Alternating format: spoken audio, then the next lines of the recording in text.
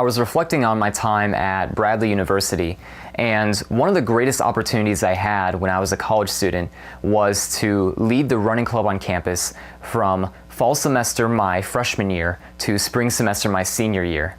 I certainly made a great deal of mistakes leading the club. I had to overcome adversity over and over and overcome obstacles, and it pushed me out of my comfort zone. But I certainly learned a lot from that experience that I'm very grateful for today. And as I reflect on the lessons I've learned, I want to share one lesson with you today. And it's the idea of continuity within an organization.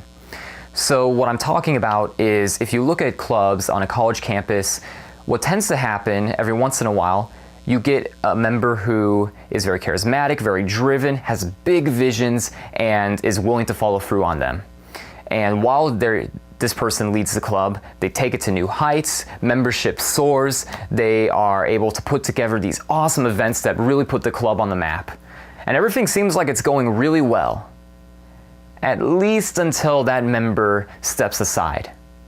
And when that member steps down, the new leadership team that takes over, they usually come in and realize there's this void now that they don't know how to fill. So typically what happens, they struggle trying to figure out how they're going to lead the club like the person before them did. In the meantime, membership drops, they aren't able to maintain the same level of success, and the organization suffers because the new team doesn't know how to lead. That's not the fault of the new leaders. That's the fault of the previous leader for not mentoring those individuals to be leaders. It's the fault of the previous leader for not putting together processes for new individuals to step into and easily be able to lead a club. And this isn't something that just happens on college campuses at the club level. This is something that happens in Fortune 500 companies as well. One example of this is Rubbermaid. So when Stanley Galt was the CEO of Rubbermaid, for a number of years, the company was successful. They appeared on Fortune's one of the most attractive places to work in America, Fortune's 500 list, year after year after year. It seemed like things were going great until Stanley stepped down. And when he stepped down, the new leadership team didn't know what to do. When Stanley was in charge, he had an iron fist on decisions. He micromanaged, he made all the choices himself, and didn't give an opportunity for those under him to learn how to lead. So now they were thrust into the same position Stanley was, with the fate of the company in the balance, and had to figure it out as they were going. As a result, Rubbermaid suffered from that lack of transition.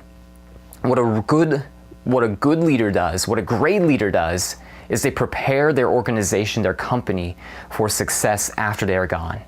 Average leaders only care about the club while they are there. So what I did when I was a part of the running club, I prepared members to take over once I was gone.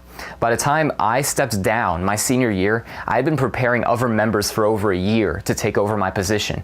I would delegate tasks I usually did to them here and there so that they could get a feel for what it was like to lead, whether it was organizing a fundraising event, planning out our membership recruitment strategy, whether it was getting people together for practice or for races. So by the time I stepped down, there were several members of the club who knew everything I knew, and they were able to easily step into the role and take the club to new heights. The year after I was gone, they tripled membership, had one of the largest budgets on campus, and continued to succeed at the races that we were known to perform well at.